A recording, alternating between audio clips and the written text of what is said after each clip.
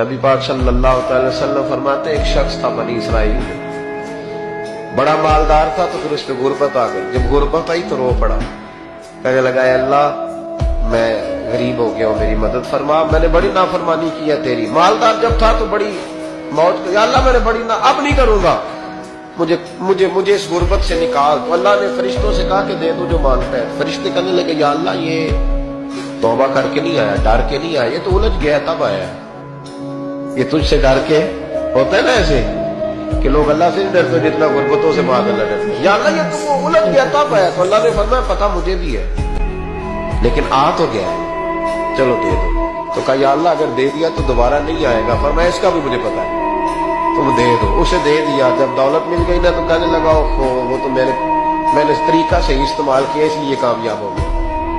پھر کچھ وقت گزرا تو پھر الجھ گیا، پھر قرضے چڑھ گئے، پھر سارے اولاد کر کہنے لگا یا اللہ اب نہیں کرتے، اب معاف کر دے۔ 70 دفعہ توبہ کی اور 70 دفعہ توڑی۔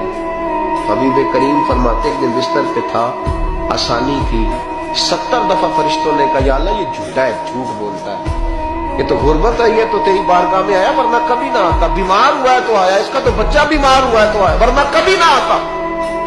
70 دفعہ توبہ توڑی۔ ایک دن رات کو بستر پہ لیٹا تھا، دولتیں بھی تھی، آسانیاں بھی تھی، دل میں خیال آیا میں کتنا جھوٹا ہوں، جب الجھ جاتا ہوں تو اس کے دروازے پہ جاتا ہوں اور وہ کتنا قریب ہے، مجھے خالی نہیں لوٹاتا۔ تڑپ اٹھا، آنسو نکل گئے، اٹھ کے مصلے پہ کھڑا ہوا تو رب کریم نے فرشتوں سے فرمایا کھول کے دیکھو دروازے، آج یہ غربت کی وجہ سے نہیں آیا، آج میرا بن کے آیا ہے۔ تو یا اللہ پہلے تو دولت دیتا تھا، آج کیا دے گا؟ تو محبوب فرماتے اللہ فرماتے ہم نے اسے بغیر حساب کتاب جنت عطا کرو۔